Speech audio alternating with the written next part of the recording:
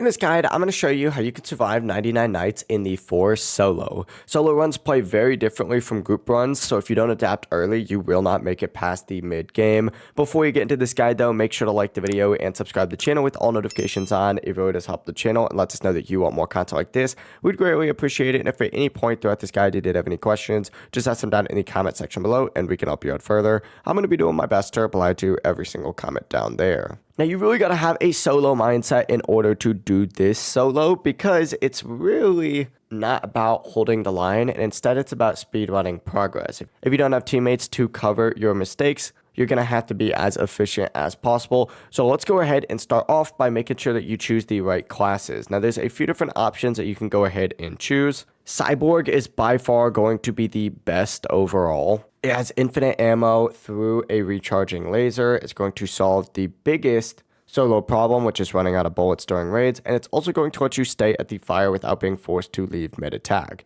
Explorer is also pretty good as well, because you start with a map and compass, and time is your most valuable resource here in solo play, so knowing cabin and child locations from day one saves multiple days of wandering. Another one that I would recommend is doing the big game hunter right here. This is excellent for long 100-day runs. It gives you permanent stat buffs from animal pelts, and you get strong scaling once you know what to hunt. But in solo, obviously you do want to pass the days as fast as possible so enemies don't outscale your gear. Every rescue child is going to speed up the day and night cycle. Every bed build is going to increase time acceleration, and you can actually reach up to 9x speed, massively shortening the run. I'd recommend when you're rescuing kids to start with the Dino Kid, just since he is the closest and easiest, then the Kraken Kid because he's manageable with a spear or a revolver, then these Squid and Koala Kids. Make sure that you don't attempt this without like a rifle or, multiple bear traps for guardian bears. But as soon as you unlock a bed, use it. Nighttime in solo is high risk and low reward unless you're fully geared.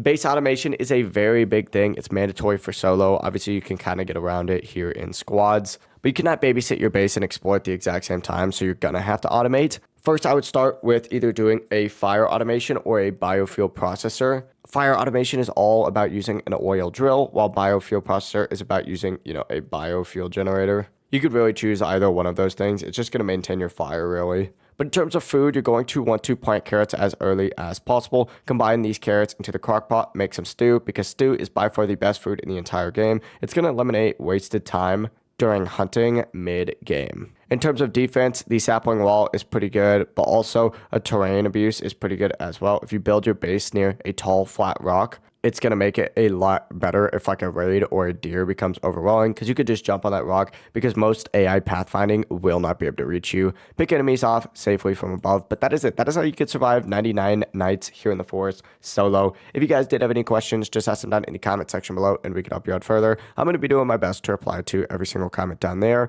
Before you do leave this guide, make sure to like the video and subscribe to the channel with all notifications on. It really does help the channel and lets us know that you want more content like this. We'd greatly appreciate it. And if at any point throughout this guide you did have any questions, just ask them down in the comment section below and we can help you out further. I'm going to be doing my best to reply to every single comment down there. Have a great rest of your day though.